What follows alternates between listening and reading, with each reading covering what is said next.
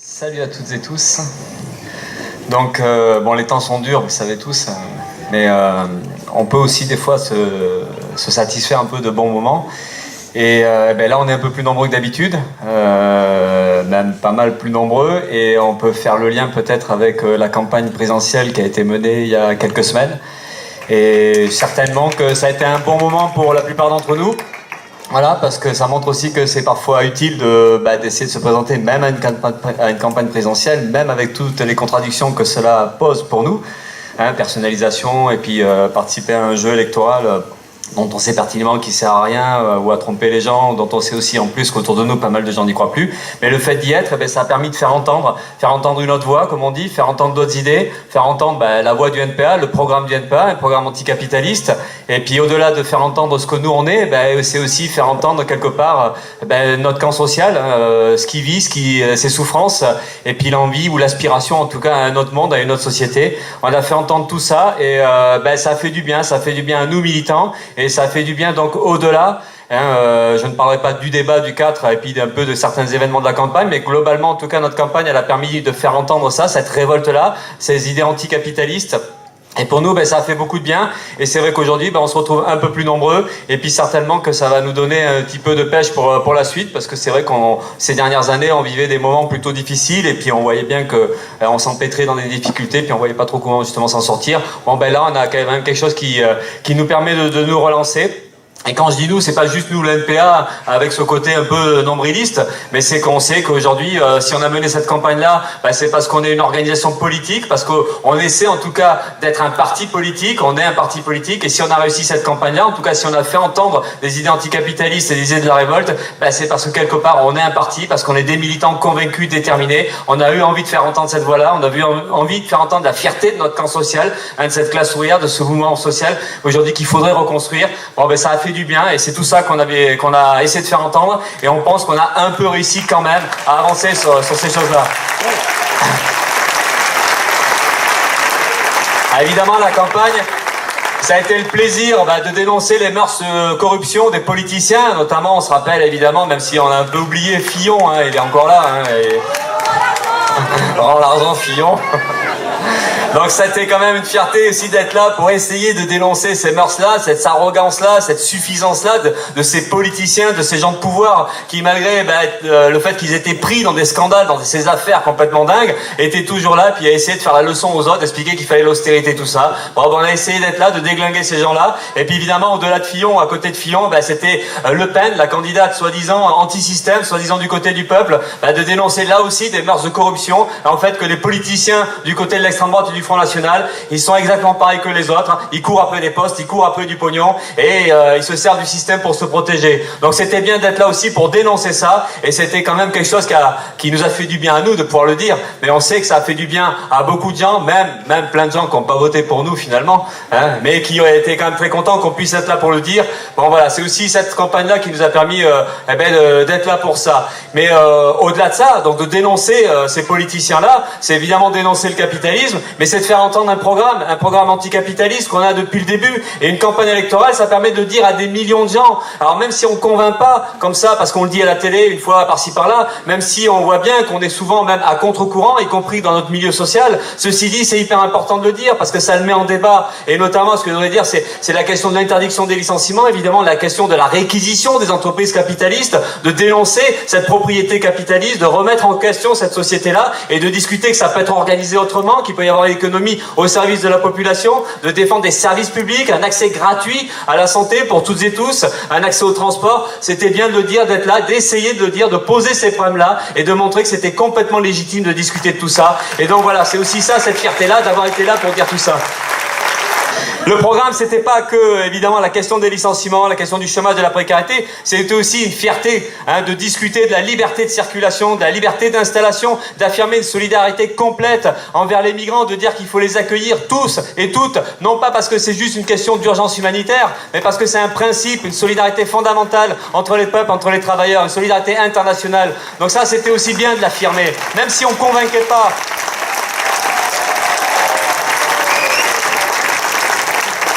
qu'il y en ait au moins quelques-uns qui soient là pour soutenir des luttes comme Cédric Héroux et puis tous les militants qui est avec lui, hein, de discuter de ça. Heureusement qu'il y a des gens qui se solidarisent, qui sont là, qui essaient d'aider au quotidien et qui essaient justement de combattre les politiques d'État racistes, xénophobes et qui essaient aussi de refuser le monde qu'on veut nous proposer. Donc aussi être là pour dire tout ça, l'affirmer haut et fort, eh ben, c'était quelque chose qui était important pour nous et ça on a réussi quand même à le faire entendre aussi. Dans nos idées, dont on est fier de défendre, c'est aussi la question d'une écologie radicale, de dénoncer le système capitaliste, de dénoncer le productivisme, hein, cette destruction de la planète, la destruction aussi au niveau de la malbouffe. On voit tous les niveaux de l'agriculture, de ce qu'elle est aujourd'hui, tout ça, de parler de ça, de poser ces problèmes-là et de discuter que la seule solution, c'était véritablement un service public, mais un service public y compris sur l'alimentaire, de discuter de que finalement la réponse était forcément la réappropriation, la discussion de comment on réorganise tout ça, comment nous, la population, on est obligé de s'en occuper et que la seule manière de rompre avec ça, avec la pollution, avec tous ces problèmes-là, eh ben, c'est forcément enlever des mains de la bourgeoisie, enlever les mains des capitalistes, tout ça justement, et de pouvoir répondre dans une production au service, enfin une organisation sociale au service de l'ensemble de la population. Donc c'était aussi important d'essayer de formuler ça, de critiquer et de dire justement, bah ouais, la solution, encore une fois, c'est la réappropriation, c'est l'expropriation. Donc encore une fois, c'était important aussi d'essayer hein, de formuler ça. C'était pas toujours simple évidemment dans les médias, mais de le dire, de le répéter et de montrer qu'on est de ce côté-là et sans aucune hésitation.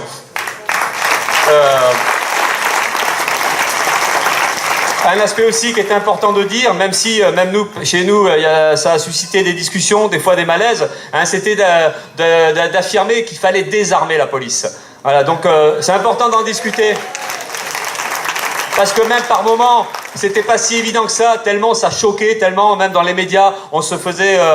enfin ils tentaient de nous ridiculiser, de dire qu'on était complètement inconséquents et tout ça. Mais c'était important de l'affirmer parce que c'était aussi de cette manière-là d'affirmer une solidarité envers la jeunesse des quartiers populaires, hein, où on sait qu'il y a 10 à 15 jeunes qui sont tués par la police, hein, par des interventions violentes, des attitudes de cow-boy, où il y a une systématisation de cette violence-là dans les quartiers populaires. Et puis aussi de discuter de la répression du mouvement social en général, parce que le mouvement contre la loi travail avait été marqué par une violence policière dingue. Hein, et puis on voit que ça se généralise. On voit aussi les zadistes à Notre-Dame-des-Landes ou du côté de Bure, vous n'avez pas vu, enfin certainement il y a 2 semaines, une violence policière encore contre les manifestants hein, qui veulent s'opposer au projet d'enfouissement de déchets nucléaires, donc du côté de la Meuse. Donc c'est important aussi de dénoncer cette violence-là et d'affirmer clairement, oui, la police ne doit pas être armée. La police d'abord, elle fait n'importe quoi des armes et tout ça. Donc il fallait le dénoncer, même si ça peut apparaître utopique, même si ça peut apparaître compliqué à discuter. N'empêche que le faire, de le dire, on ne convainc pas peut-être de suite, mais on pose des problèmes politiques et on essaie de commencer d'apporter des éléments de réponse. Et cette campagne-là, elle a permis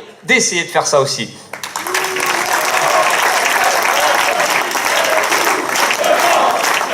Au-delà d'un programme politique anticapitaliste, essayer de faire entendre, de défendre, c'est aussi tout simplement la question de faire entendre la voix d'un camp social qui est aujourd'hui exploité, surexploité, opprimé. Hein, c'est dans une époque hein, où on voit bien l'identité nationale, hein, les chauvinismes, hein, toutes ces idées d'extrême droite, ces préjugés, ces oppressions, hein, de diviser notre camp, d'essayer de stigmatiser les uns les autres, notamment évidemment les immigrés, les femmes. Donc c'est comment on arrive à discuter de l'unité hein, de notre côté, donc c'est l'unité d'un camp social. Et c'est aussi faire entendre cette voix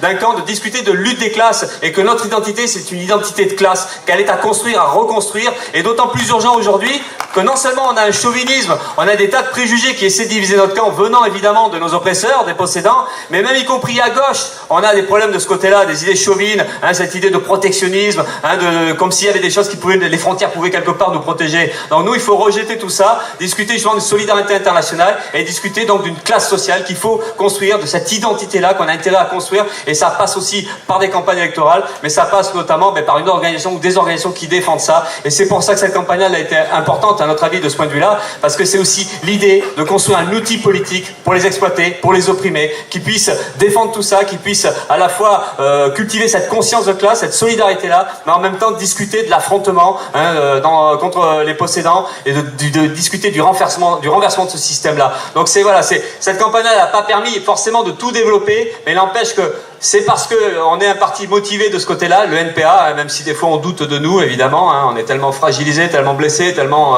tellement des fois petit qu'on se demande si on sert encore à quelque chose. Et bien cette campagne-là, elle a montré quand même quelque part qu'on pouvait être utile et que ça ne peut que nous encourager aujourd'hui pour se reconstruire, pour redévelopper les comités, pour encourager les camarades à venir, à revenir vers nous et à discuter justement de comment, pourquoi c'est important et c'est fondamental de construire un parti qui discute de ça, de l'anticapitalisme et qui discute de notre camp social, de la fierté, de la dignité de notre camp social, qu'on peut aujourd'hui discuter de politique, de faire de la politique, de tout réorganiser et avoir cette prétention-là, hein, de combattre tous ces possédants, tous ces prétentieux qui ont essayé de nous ridiculiser ou me ridiculiser dans quelques débats.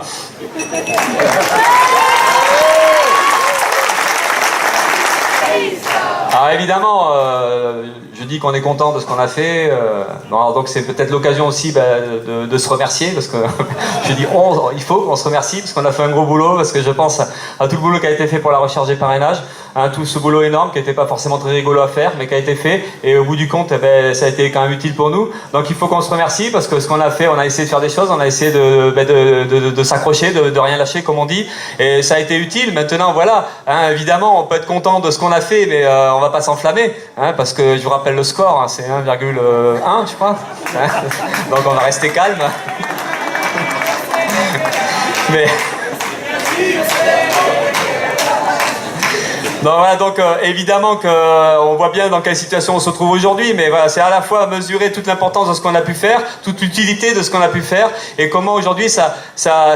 doit nous aider à faire la suite, à construire la suite. Et construire la suite, on sait que c'est hyper important parce qu'on voit bien le monde dans lequel on vit, un monde pourri, le capitalisme, ça on savait, mais cette crise du capitalisme qui devient de plus en plus brutale, il montre aussi plein d'aspects pourrissants de ce système-là. Et un des aspects aujourd'hui qui nous frappe, en tout cas, et à laquelle on a dans la tête, c'est le terrorisme, hein, parce qu'il y a encore une semaine à peu près, il y a eu un attentat terroriste à Barcelone, hein, une voiture bélier, comme on dit maintenant, ça devient une mode du côté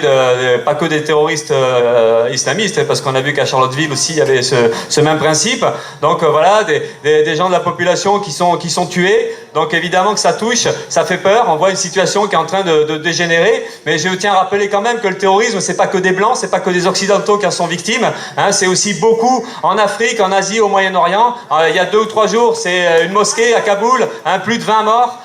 Donc on voit bien que le terrorisme de Daesh, il touche tout le monde, il touche l'ensemble des populations, il touche y compris évidemment des musulmans. D'ailleurs c'est peut-être même eux qui sont touchés en premier. Donc voilà, il y a une situation à la fois terrible, pas toujours facile à comprendre, hein, de s'imaginer des gens qui font ça, qui vont tuer des gens gratuitement comme ça, hein, mais n'empêche que c'est aussi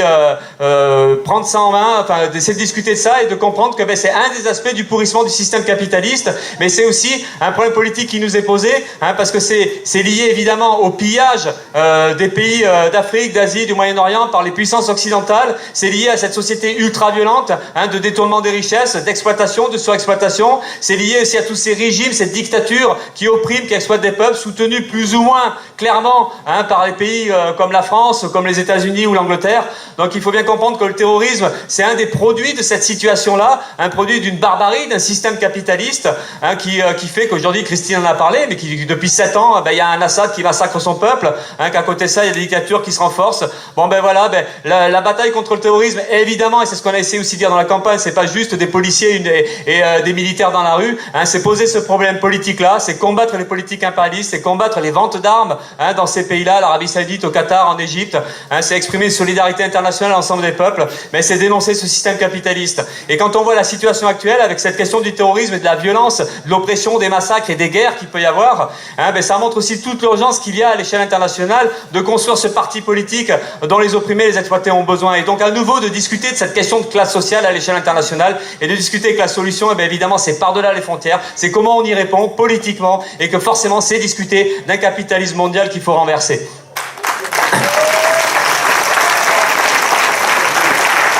Le pourrissement du capitalisme aussi, c'est juste pour en dire 2 mots, c'est les extrêmes droites. Je dis les extrêmes droites parce qu'on voit bien aujourd'hui que la crise, l'appauvrissement, les drames humains, ça favorise quelque part, en tout cas c'est le terreau favorable au développement des préjugés réactionnaires et notamment des idées de l'extrême droite. On voit dans plusieurs pays européens, y compris évidemment en France, hein, l'extrême droite qui monte, qui se nourrit de tout ça et qui devient très dangereux et qui reste un danger. Hein, parce que c'est pas parce que Le Pen s'est pris une claque au 2e tour, hein, qu'on va se rassurer. Il y a vraiment un problème politique aujourd'hui qui nous est posé, c'est ce danger de l'extrême droite, et c'est à l'image de cette société capitaliste, de plus en plus dure, mais comme on a vu à Charlottesville, avec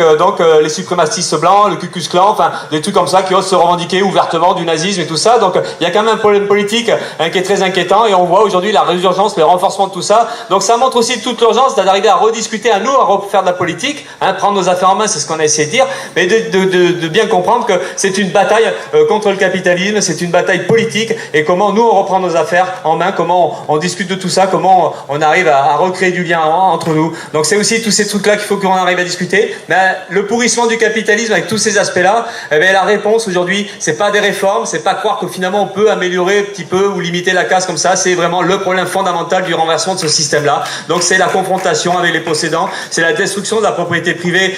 des capitalistes, et c'est d'arriver à faire discuter de véritable démocratie, et donc c'est la question d'une classe sociale qui reprend en main tout ça. Donc voilà, donc ce que je vous dis là, évidemment, on le sait tous, quand on en discute autour de nous, ça paraît très utopique, parce qu'on est tellement loin, tout ça, on est tellement en train de subir des tas de choses, n'empêche que l'affirmer et essayer de le construire, et s'adresser très largement avec ces idées-là, c'est important à faire, parce que c'est comme ça qu'on peut au moins démarrer ces discussions-là, puis avancer sur la construction de partis politiques dont on a besoin aujourd'hui.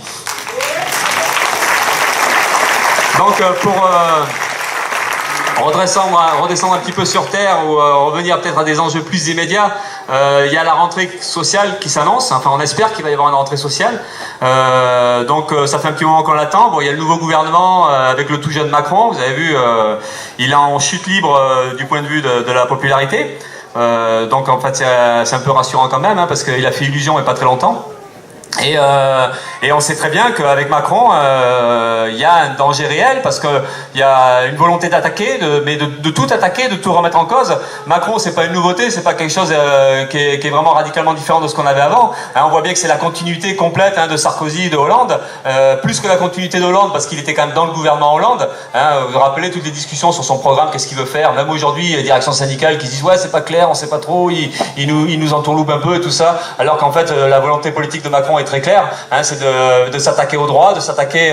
à notre camp social, de grignoter encore toujours du même côté. On a vu avec les APL, 5 € par mois, ça fait rien, ils osent le faire, ils vont nous piquer ça, ils vont s'attaquer par plein de biais différents à l'ensemble de la population, aux plus pauvres, ils vont prendre l'argent où c'est facile de prendre. On voit cette logique-là, puis à côté de ça, comme ils en ont besoin, il faut affaiblir les résistances, donc on va enlever des droits syndicaux, on va enlever des droits, des possibilités de se défendre, de se protéger, et c'est des attaques contre la protection sociale. Donc on voit tout le système des ordonnances aujourd'hui, ça va attaquer plein de choses. Donc en fait, ce que nous on a envie de dire, c'est qu'on voit bien un enjeu important d'arriver à se défendre, et on est au-delà de la question même de se défendre, c'est comment on peut repasser à l'offensive, parce que le problème qui nous est posé, c'est celui-là, c'est qu'il y a un rouleau compresseur capitaliste, ultralibéral, qui est prêt, visiblement, parce qu'ils ont le rapport de force en leur faveur, de tout enlever, de tout supprimer, et ils ont honte de rien, parce qu'ils vont nous chipoter sur donc les APL, ils vont chipoter sur des indemnités de chômeurs, ils vont même s'attaquer un petit peu aux retraites largement déjà très faibles, en mettant une CSG, tout ça, alors qu'à côté de ça, les fortunes s'accumulent, on a des records de profit, des records de dividendes, même, je sais pas si vous avez vu les échos d'hier ou d'avant-hier, parce qu'en fait il y a un indice de morale des capitalistes aussi. Bon, ils font un indice de morale pour les ménages, mais là aussi il y a l'indice de confiance pour les capitalistes, pour les industriels, et il monte. Il a monté d'1 point en août, bon ça fait pas énorme comme ça, mais ça fait un petit moment qu'il monte, et ils disent que le moral est au beau fixe pour ces gens-là, et c'est ça qui est terrible, c'est qu'en fait les affaires fonctionnent, ils se font du pognon, mais ça continue, et il faut continuer à nous prendre, parce qu'ils sentent bien que voilà, il y a peut-être un boulevard pour eux, et ils attaquent. Donc c'est pour nous, il y a une réponse immédiate et urgente, c'est de riposter, c'est de stopper tout ça, et on voit bien que vu que l'enjeu il est là, c'est tout le problème de l'unité du mouvement, c'est comment on répond, et on n'est pas forcément très rassuré de la façon dont ça se passe aujourd'hui. On voit des directions syndicales qui vasouillent, qui savent pas trop quoi faire, qui appellent la CGT, ok, elle appelle à un 12, mais un 12 un peu isolé, mais enfin c'est pas si simple que ça pour eux, et on voit de l'autre côté une journée, celle de Mélenchon là, le 23, on sait pas trop pourquoi le 23 alors qu'il y a déjà le 12, et on n'a pas l'impression que ces gens-là discutent de la construction ou de la reconstruction d'un mouvement social, alors qu'aujourd'hui on a intérêt à discuter de ça, de se retrouver tous autour d'une table, le mouvement syndicaliste, le mouvement associatif, le mouvement politique à la gauche de gauche, arriver à discuter, à mettre au point toute une stratégie de bataille, mais il y a vraiment à reconstruire un mouvement social, préparer des manifestations, discuter de la suite, mais plus que d'un mouvement social, plus que de manifestations, il faudrait discuter aussi de la force du mouvement social. Qu'est-ce que ça veut dire, notre force à nous les travailleurs? Qu'est-ce que c'est notre force? C'est la grève. Alors comment on organise la grève? Comment on la prépare? Comment on discute d'une grève qui bloque le pays, qui bloque l'économie? C'est aussi tout ça qu'il faudrait qu'on arrive à discuter. Et là, on est bien en retard. Donc il faut bien voir que, évidemment, il y a le 12, on va y aller au 12, on va faire à fond. Mais comment on peut faire en sorte que des militants se retrouvent, discutent de ça? Vous avez vu qu'il y a le Front Social, qui est une initiative, une tentative d'essayer de faire des choses, de bousculer les directions syndicales et d'essayer de réveiller un peu. Mais pas mal d'équipes syndicales comme ça, ou de militants associatifs un peu partout, ont bien envie de faire des choses, mais comment faire? Et c'est là aussi, ça pose le problème de retrouver confiance en nous-mêmes, dans nos propres forces, d'arriver à discuter de ça, et de recréer des liens de solidarité, de recoordonner tout ça, de faire converger les batailles, les résistances, de faire en sorte qu'on comprenne bien, de prendre conscience que la bataille des jeunes à Deliveroo, c'est la même bataille que celle de la santé, qui se battent contre les conditions de travail dégradées. Enfin, un peu partout, on peut discuter de plein de batailles aujourd'hui, parce que des batailles, il y en a. Mais comment on les unifie? Comment ces batailles-là, une fois qu'elles sont coordonnées, une fois qu'elles convergent, elles permettent de changer le rapport de force. Et quand on change le rapport de force, là, on pourra discuter d'une autre manière. On pourra justement se débarrasser du dialogue social, qui est une véritable entourloupe, et de discuter que le dialogue, il est là, maintenant, dans la rue, parce qu'on bloque l'économie. Et c'est aussi tout ça qu'il faut qu'on arrive à proposer et à construire. Nous, le NPA, avec les petites forces qu'on a, avec ce qu'on sait faire, plus ou moins bien, on va essayer de faire à fond ça. Voilà, préparer, construire, choper les grands leaders de la gauche qui nous expliquent que eux, c'est eux l'opposition. L'opposition pour nous, elle sera dans la rue. Ça sera le combat social. De toute façon, ça peut pas faire illusion. C'est pas 17 députés qui vont s'opposer à Macron, c'est pas possible. C'est pas non plus les 10 députés du PC. Donc comment on fait aujourd'hui pour trouver une force? Notre force, elle est là, dans la rue, dans le combat social, et dans le combat politique. Parce qu'encore une fois, c'est pas juste un problème de lutte sociale. C'est pas juste un problème de s'opposer aux attaques de Macron et de l'ensemble des capitalistes. C'est vraiment un problème politique qui nous est posé aujourd'hui. C'est de se défendre. Et donc, ça veut dire reprendre du poil de la bête. Ça veut dire discuter politique, du pouvoir politique, de la confrontation, et c'est construire véritablement donc un mouvement unitaire large, et au-delà de ça, construire un outil politique qui nous permette vraiment à mener la bataille jusqu'au bout. Donc aujourd'hui, l'enjeu il est là, on est peut-être loin de tout ça, mais n'empêche que